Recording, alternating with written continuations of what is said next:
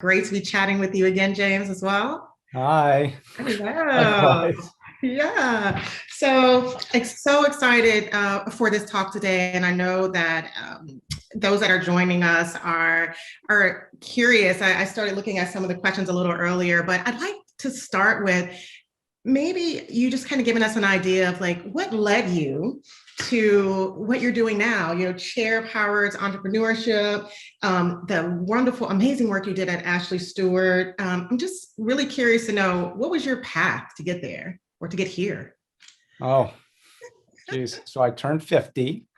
Yeah. I had the benefit of some now reflection about just patterns and just thinking about a lot of things in life. I think fundamentally what I am the son of a woman that immigrated here, that was incredibly strong, gracious, smart, but who had confidence issues living in a country and interacting in a country that she wasn't native to.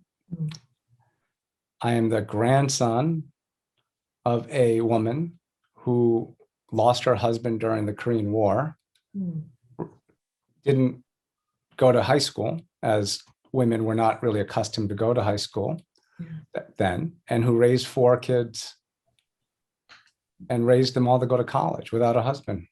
Wow.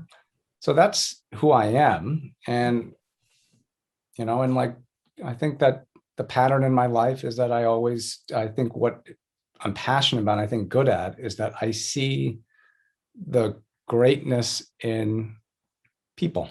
Yes. And when they're together, it's called a company.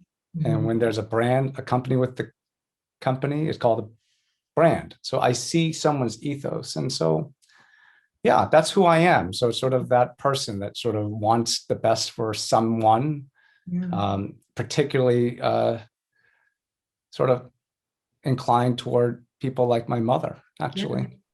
Right. That's amazing. And so Yeah. that's the path that led to Ashley Stewart and then to Howard. Yeah. Well, obviously, it sounds like you've been greatly influenced by amazing women, and that leads me to Ashley Stewart. I'm just absolutely. I love what you did at Ashley Stewart. I love the fact that you took chances that it didn't seem like others were willing to take, and I'd love to just hear more about when you became the CEO of Ashley Stewart. I was twice bankrupt, not easily funded, I would assume. What made you decide to take that risk, and what do you think you saw that other people didn't see? Well, just to get your listeners up, I live in Boston, and up until the age of 42, my quote identity or resume, which are just, as we know, that's not who anyone really is. Okay. I was a quote private equity investor, right? Who's managed billions of dollars and invested in brands, and that's not really who I am. I know how to use money and make money, but doesn't make me who I am. So yeah, I was at a point in my life, I was 42 years old. My father was dying as well. I was a father of 3. And you begin to think about, like, what am I doing? And around that time, right, I had some predictions about the sort of death spiral that democracy and capitalism were starting to engage in, right? The dance has not been so good, right? And there was a company called Ashley Stewart. And for those of you who don't know, Ashley Stewart, it's, services, arguably one of the most othered groups in this country. It's predominantly a Black, plus size, moderate income, female customer base.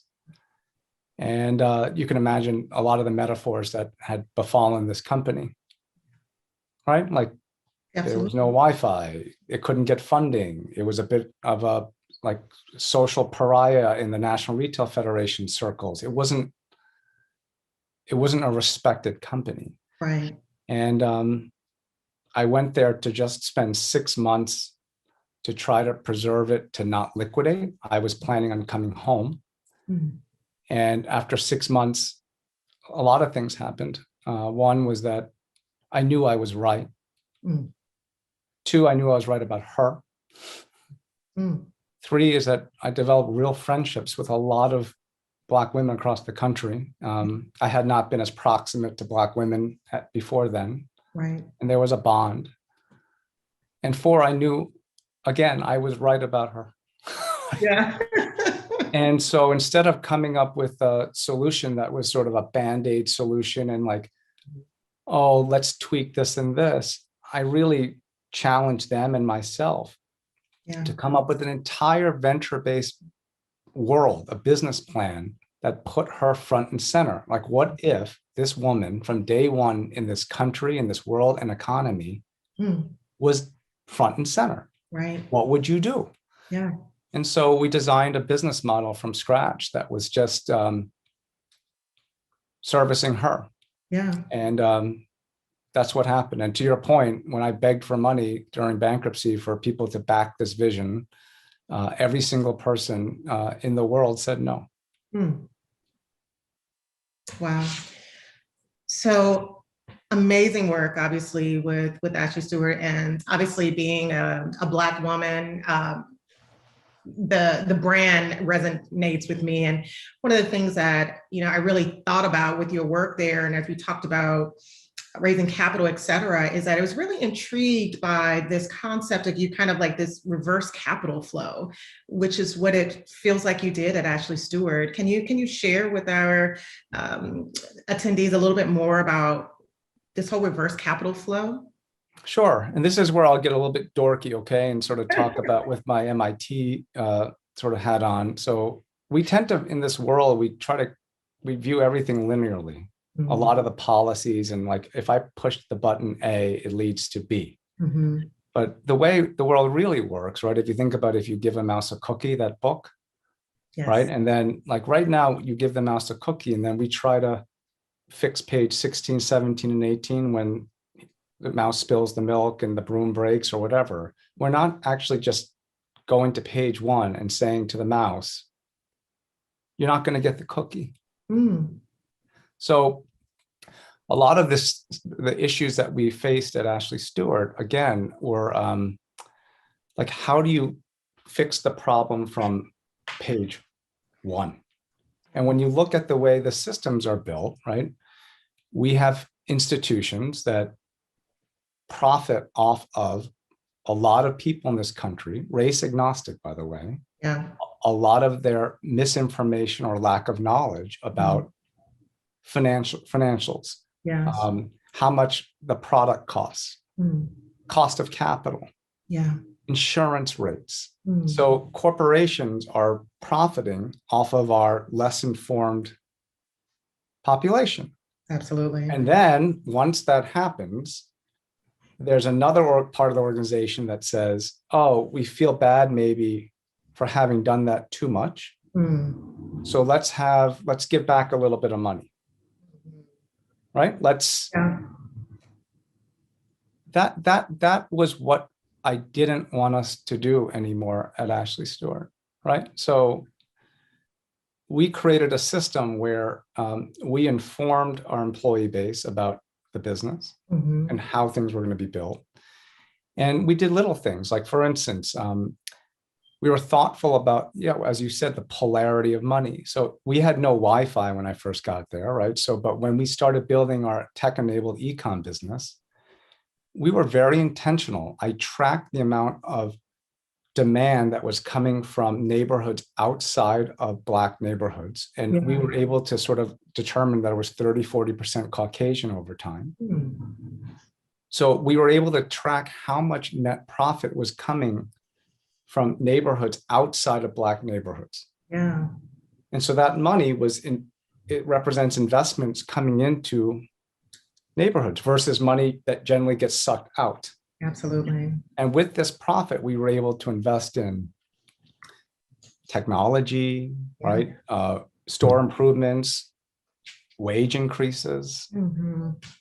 So if you think about how the way money flows in this country, it's flowing not efficiently like that. Right. Absolutely. Very interesting. I absolutely love that concept. Obviously, you know, being a Black woman and being very aware of learning about how quickly the Black dollar goes outside of the Black community. One of the things that's all that, you know, really stood out to me about the work that you did is that you're one of the few people that I know that have talked about this in a reverse way. How do we bring in white capital or other capital into the Black community and help build from that, which I think is amazing. You know, one of the other things I know James said you work with both large corporations and then you're also an investor for startups, et cetera. Can you talk a little bit about this balance of, you know, the work that you do and how you are working with both very large corporations and how that's benefiting the companies you invest in or are training or teaching? Sure. Like my world is a complicated, like gossamer of ecosystems, right? I sort of connect ecosystems. So for the larger companies, I'm on the board of things like Conscious Capitalism, or the governing board of the CEO Action for Racial Equity, which, you know, has the CEOs of like Procter and Gamble and Price Waterhouse and Boston Scientific. And I'm on the board of the Advancing Black Pathways that JP Morgan Chase created, which, you know, we just announced this big $30 billion mortgage investment, right? So at these levels, these are existing Fortune 500 plus companies that employ a lot of people that have a lot of mind share, control a lot of capital. I'm working with them to suspend disbelief a bit, right? To create a venture mindset about the future of America. And whether you are for women or for minorities, like the hard numbers in terms of household formation, spending power, you better get with it. Like in terms of if it's purely economic for you, then fine. Right. Then get with it. This is where the money's being spent or who's going to control the money.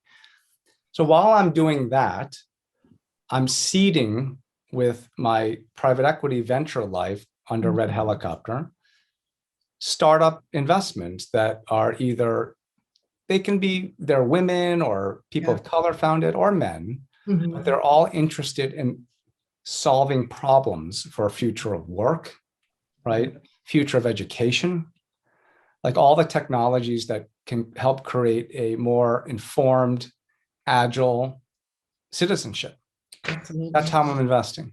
And so my view is that over the next 10 years, if I can help change the larger companies, in a profitable way from a private equity perspective, like it's the voice of DEI coming out of the mouth of a private equity guy.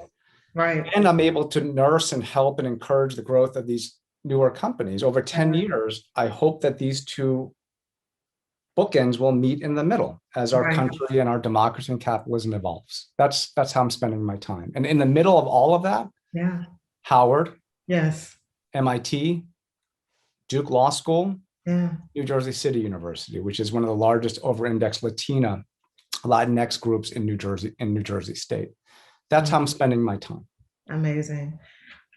Wow, you're doing amazing work. I know that you know that already, but you mentioned your company, Red Helicopter. I'd love to learn a little bit more. Well, you mentioned venture capitalists, but I'd love to hear a little bit more about what you're doing there and the work that you are doing. Well, first, let me explain the derivation of the name Red Helicopter. Red Helicopter is a story that I've held near and dear to my heart since 1976. So when I was 5, my parents had been in this country for fewer than 8-9 years. And things were not easy in the Rhee household. There was, you can imagine.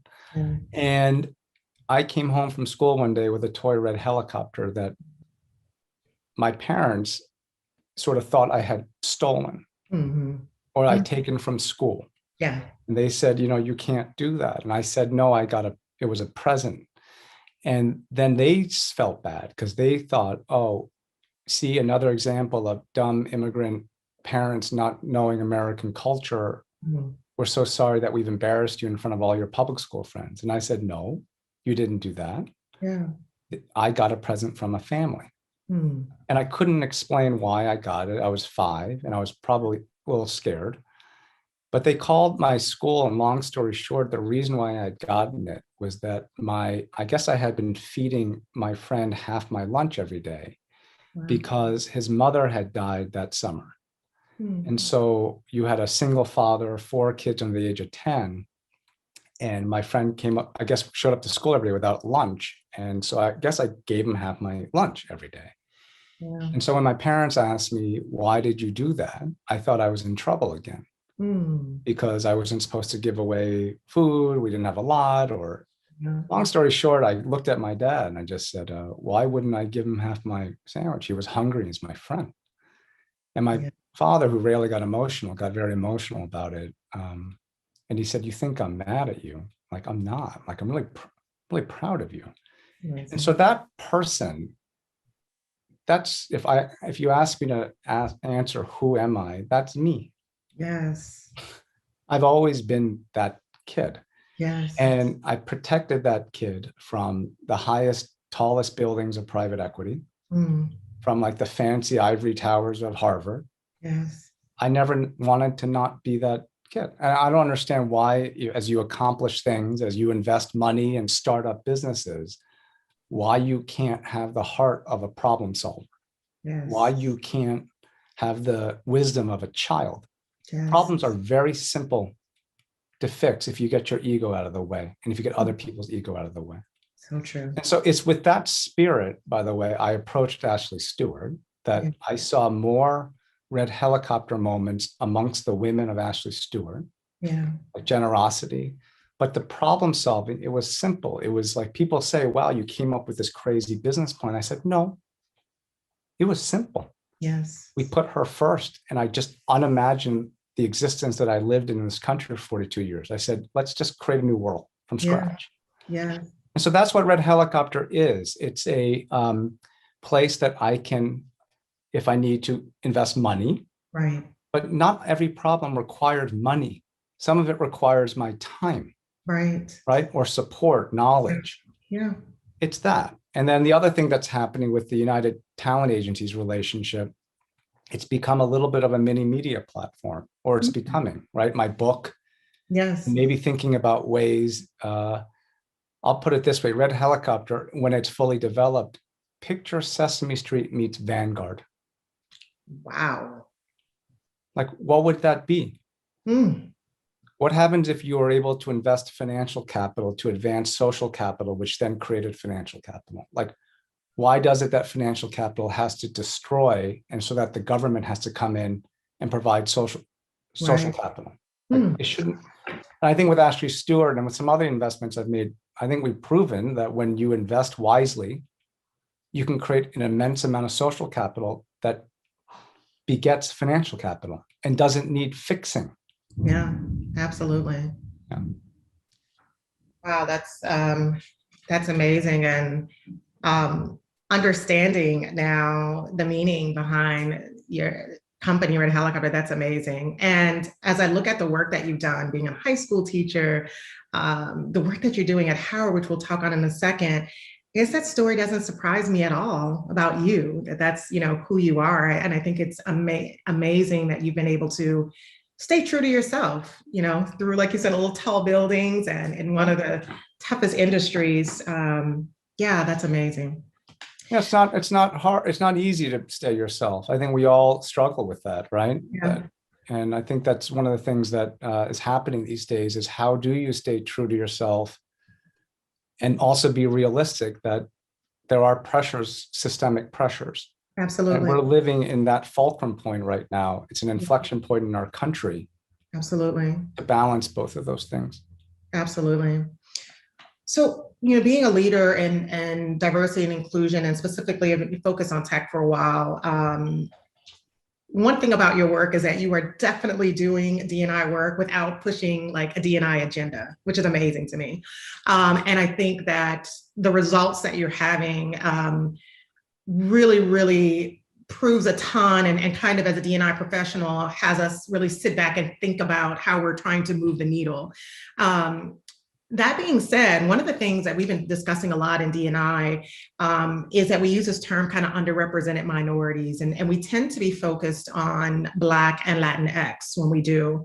I know at my company, and I have many friends that are Asian American also, and sometimes feel like they're forgotten in that that Asian Americans are a minority and are still marginalized. And so I'm just wondering, from your experience or just advice for like Asian Americans in corporate America, what do you think about this focus around D&I that sometimes Asian Americans seem to feel like they may be forgotten or overlooked in? Yeah, I think the Stephen Yun article in the New York Times I thought was really well done. Yeah, it is I've been referring to my mother with regard to Ashley Stewart from day one. And after all the violence there's always been violence and prejudice against Asian American people, but when it manifested itself significantly over the past year, more and more people, their aperture increased and said, oh, that's why you would mention your mother when you talked about Black women. And I said, I've been saying it for every time you hear me get interviewed publicly, I talk about the experience of my mother helping me understand better the experience of Black women. Not perfectly, but understanding, right? And saying, I get it, right? Enough to be dangerous about it. And then tell me more. So I think the Asian American community, it's still finding its voice. Like the Black community, it's very diverse. Right. There are many, many different voices within the Black community. There are many different voices within the Asian American community. Absolutely. But I'm listening and I'm actually helping a lot of Asian groups, coaching them about their voice, about what is it and how do you want to say what you want to say? Absolutely. And how will it be heard the best? Sometimes in life, even if you say it, it doesn't matter if you say it correctly. It's more important if it's heard correctly. And so, I think that it wasn't lost on me when Dr. Frederick asked me to be helpful to Howard. Yeah, I got emotional and I think part of it was, wow, I don't look the part. My inside is the part. And that maybe, let's be real. People will see this Asian face and it's a little added pressure, but I would like for the country to see an Asian face working hand in hand with arguably the leading, maybe not arguably, the leading historically Black universities, and just to maybe show a little bit of what this country could be in 50 years. Why can't it be that way? Absolutely. Yeah, and being a Howard University alum, I was thrilled and am thrilled to see you appointed as chair of the Entrepreneur Center. I think back when I went to school there, which was in the mid and late 90s, and that just wasn't an option for us. And so I'm really interested in learning a little bit more about what you hope to do, at Howard, and kind of what the focus of the Entrepreneur Center will be. My goal is to support Dr. Frederick, his team, and Howard in their Howard Forward initiatives, right? I think one of the things that I ask people to really, again, suspend disbelief. In 50 years, look at what this country is going to look like. Look who is going to be in what roles. Look at our current vice president right now, a woman, biracial woman, Howard alumna. Okay, so if you can think past what you see today, our mind is configured in a way it plays tricks on us. Our brain the neuroscience makes you do shortcuts. So you make assumptions. People have to stop doing that and think and breathe and say, 50 years from now, what's the country going to be? I think my role is to help Howard, Dr. Frederick, and his team show the world what could be. Right? Why can't Howard, and it will be, Howard be the convening place for a consortium of new-minded, new friends, alliances, thinking about answers to democracy and capitalism in a new way. New policies, like new initiatives, new technologies. Perhaps, Howard has its medical school and hospital, as you know. Do you think it's about time, perhaps, that there should be some research dollars invested into longitudinal studies about Black women, Black men. Absolutely. And by the way, those studies are not done on, forget race, they're not done on women. Yeah. Right? Sure. Most of the pharma dollars are on men. So Right. why is that the case? We know why that's the case. We do. Yeah. And so and so this spirit of entrepreneurship, what I'm going to be doing, that is the first goal, is this entrepreneurship, creating new convenings and ecosystems with Howard at the center. Yeah. And the second thing, I'm teaching my class that I've been teaching at Duke, helping teach at MIT. I did it at Ashley Stewart. Yeah. That's it's an entrepreneurship curriculum that goes from neuropsych to finance theory to deconstructed accounting to capital markets to tech. In all the themes, I teach systems. Yes. And then I ask the students to then deconstruct them. Absolutely. And say, these systems don't have to be this way. Right. And so that's, again, I take it back to Ashley Stewart. The class will be like, if you bent 20 systems this much at the same time, that adds up to a significant amount of change. Absolutely. Right? Without having to blow up bridges, I'm encouraging people to just bend systems. Absolutely. But many of them at the same time. Yeah. That's amazing. Again, excited. And, as I've already expressed to you, I look forward to and hope to be able to add to anything that you're doing there.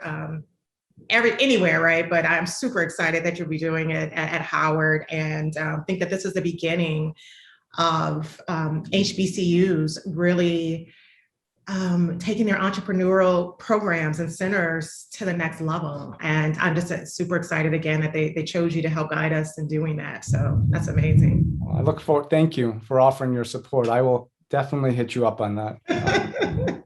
Awesome. One of the things that also kind of stands out with me, James, is that you've done so many things.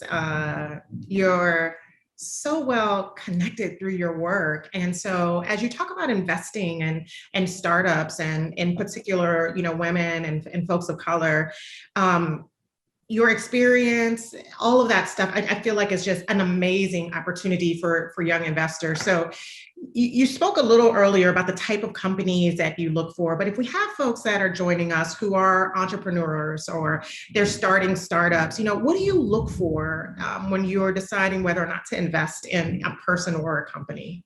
Yeah, I look for people and companies that are trying to solve a problem.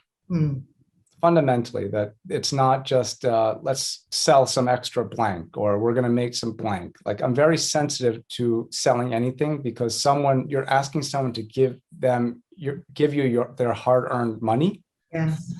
I don't take people's money lightly. Right. So I back people and companies that want to solve a problem. Yes. That's fundamentally number one. And then the other thing I look at is that there's that heart factor. Yes. Just that person just cares so deeply about the problem. Yes. Right. And has the empathy and has the heart and also the tenacity. Yeah. But at the same time, the humility to know that life's unpredictable and you need friends. Yes. And you can't do it alone. So I look for these people that really understand oxymorons and can deal with ambiguity and lack of real definitive answers well. Yeah. But that are hopeful, but that are also realistic. Yeah. And so because of my background and my personality and stuff, depending on the moment, yes, I'm a good foil for entrepreneurs. When they feel the most confident, I can be sort of yeah. And when they're really down in the dumps, I play the opposite, right? I'm like, right. no, I think you got it. Like, we're going to get through this bad week. And then, do you need money? Yeah. I can give you money.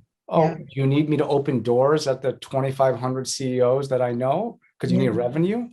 I can do that. Absolutely. And do you need to meet these 4 people in these odd industries?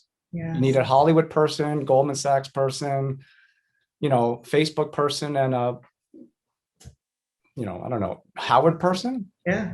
Sure. And they all need to be of different races and ages? Yeah. And sexualities and genders? Yeah. I got that for you too. Yeah. So it's sort of that person. I think that I'm not the best at anything, but I think what I'm really good at though, is that I think I'm a very good friend, like a really good advocate. Like I help people achieve what they want to achieve. I think that's what I do. Absolutely. Awesome. One more, I really have two more questions, and then I want to give a chance. I think we have some questions from the audience as well.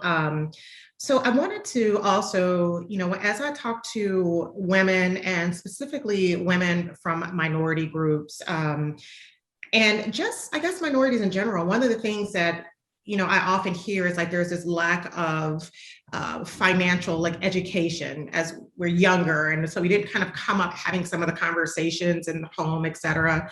And I'm just wondering, when I think about now being a parent of teenagers, et cetera, what are some of the core things that you think that we should begin planting around just finances and in our children, especially, again, thinking middle school teenagers as they're preparing to go out into the world? And this is what Red Helicopter is all about. So everyone on the phone or Zoom and meeting who's a tech, I would love your help. Yes. And this is one of the reasons why I agreed to be rep by UTA.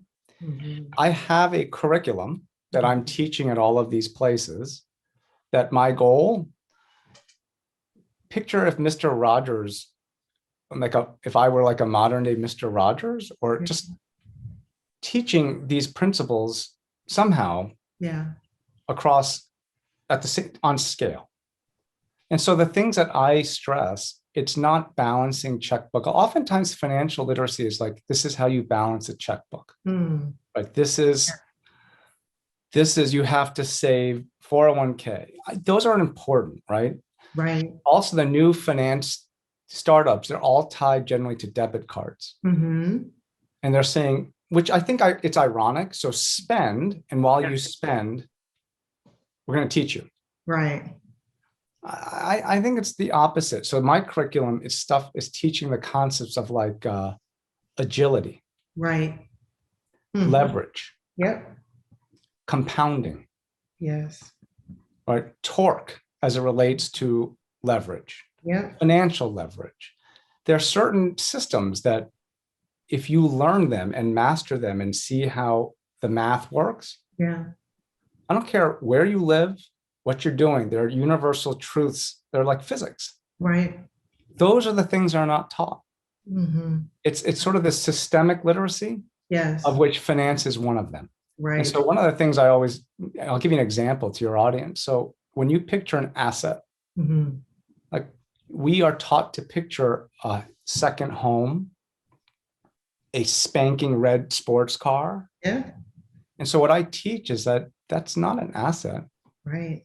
If you don't want it and it's an ego buy and you're doing it to sate your own insecurities because you're sort of signaling to people that you're successful, that's not an asset. It's a liability. Absolutely. You've now basically given up X number of years of your life, your time to pay for it. Right. So just like with Ashley Stewart, no one viewed the company as having any assets. They viewed, frankly, Black women as a liability. Absolutely. Wow. Right. And I said, no, Black women are an asset.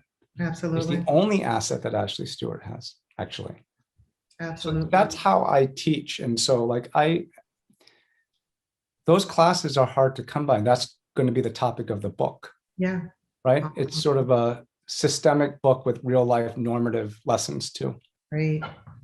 Well, we are excited about that. And so please keep us updated on when the book is coming out as well. Have a couple questions. So one question is, are there any books that you would recommend for newbies? So, or if you can tell us which are the ones that you've learned the most from. I just read a book about 2-3 months ago that was called Why Fish Don't Exist. And it's a book about the founding of Stanford, but it's also a book about how there's so much ambiguity in life, and we're taught in school to try to organize things into neat compartments, where there are very few things that are neat compartments. And the author, what she'll explain to you, she's a scientist, that a lot of our relatives of Homo sapiens that are closer in relations are fish. but we view fish as foreign because it's taught that way and visually it looks that way. Right. And it's our eyes tricking us again. I think your audience will really enjoy reading the book to really reflect on things. And after I read it, I thought about one of my favorite lyrics, which is from the Indigo Girls. When they were singing Closer to Fine, they sing, the less I seek my source for some definitive, closer I am to find, right? And they talk about being fed a lot of like ideology from, and say, this is what truth is. And truth is not two-dimensional. And that's why I've come up with my little patented or trademark term of kindness and math. In my 50 years in the 50 countries I've been in, the ridiculous number of industries I've been in, I think kindness and math are very clear. They're transcendent, universal. They're always right. Everything else, I'm not particularly beholden to always. Right. Or never. But kindness and math, I think those should be right. Yeah. Absolutely. That's amazing. Yes. And we have one other question before I kind of close out with a kind of final question. I'd love to chat with you about kind of what's next, what's your path forward. But before I do that, we did have a question from Carrie, and Carrie wanted to know, do you have any recommendations to finding a path to align our contributions to our true selves via our careers? And specifically, is there a central way to find career opportunities that can contribute to red helicopter type initiatives or firms that further such a purpose? Yeah, I think that these ecosystems like this, like you're going to find like-minded people. It's very important to put yourself out there and to be very open to meeting new people, but also really it's hard sometimes to really express who you are. Yes. I think it's just a signal that you put out and the right people will come. And it's certainly been the case for me particularly over the last 10 years, is that the people that most want or see the world that could be, they've been coming to help and support and to, at first I used to be shy about doing that, but now I'm like, I really need people's help. And so I ask for help a lot. Yes. I used to be, again, very sort of shy or reluctant to do that, but I'm not. Like some of the issues, it takes like that scene from Finding Nemo, like you need a lot of fish to break the net. Yeah. There's no one big fish. It's just a lot of little ones. Yes. So that's one thing. And the second thing is, I go back to the red helicopter story. We all have our red helicopter moment. And for me, as I thought about a visual storytelling graphic representation of who is the values of James. Yes. I think that moment, that's me. Yes. That's how I was raised, how I'm wired. And I don't want to not be that person. Right. In any setting at all. And that doesn't make me, weak in a for-profit setting. It actually provides much more strength. Like when you fight for someone else or when you're trying to solve a problem, I'm tenacious. Right. When it's for a problem that I see, that particularly if it's affecting someone else, it's like superpower. Right. So don't deny who you are. I think we all know who we are. I think generally the wisdom of children, like, who you are. Just look back. Yeah, absolutely. Wow. Okay. So as we kind of, I think we're nearing our end time, I'd love to, just hear about, what's next. What's the path forward? You have a helicopter. You're obviously beginning your course there at Howard University and join the Entrepreneur Center. So I just want to hear what's next, and then how folks can find you and learn more about the work you're doing at Red Helicopter as well. Find me on LinkedIn, email me at Red Helicopter, sign up for newsletters at Red Helicopter.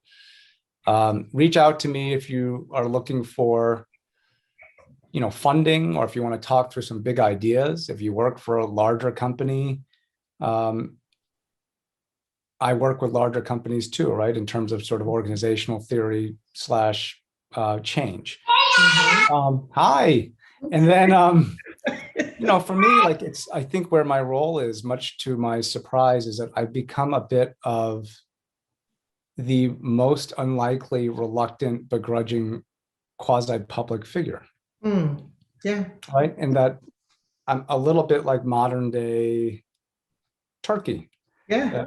I'm in the middle of a lot of trade routes and from different ideas and people and races and genders and sexualities and industries. And that's what I do. And so I'm seeing these ideas from all these different people, and I'm sort of helping amalgamate them and then introduce people that don't have proximity to each other and saying, I think that you two are speaking the same language. You just don't know it. I think by doing that, you create ridiculously adventurous ideas. Yes. And you create new friends. Yeah. And that's what I'm looking forward to in my 50s. If you think about my 30s, my 20s was trying to grow up, finish school. My 30s was I was an investor, financier / knowing how to move money and make money. My 40s, I applied that knowledge to Ashley Stewart. My 50s, it's going to be a combination of all of them, isn't it? With a little bit of policy and multimedia. Yeah. And maybe trying to get people to see things differently. And I think to do that, I think my face has to be modestly more public than it's been. Absolutely. Well, I am, thrilled that you were able to meet with us and share. And I'm looking forward to continuing chatting with you some other time for sure. And just a huge thank you to PowerToFly for having James here to come in and speak. I think it's been amazing. And again, thank you so much, James. Thank you. Thank you both so much. That was absolutely amazing. Can we get a round of applause for our speakers?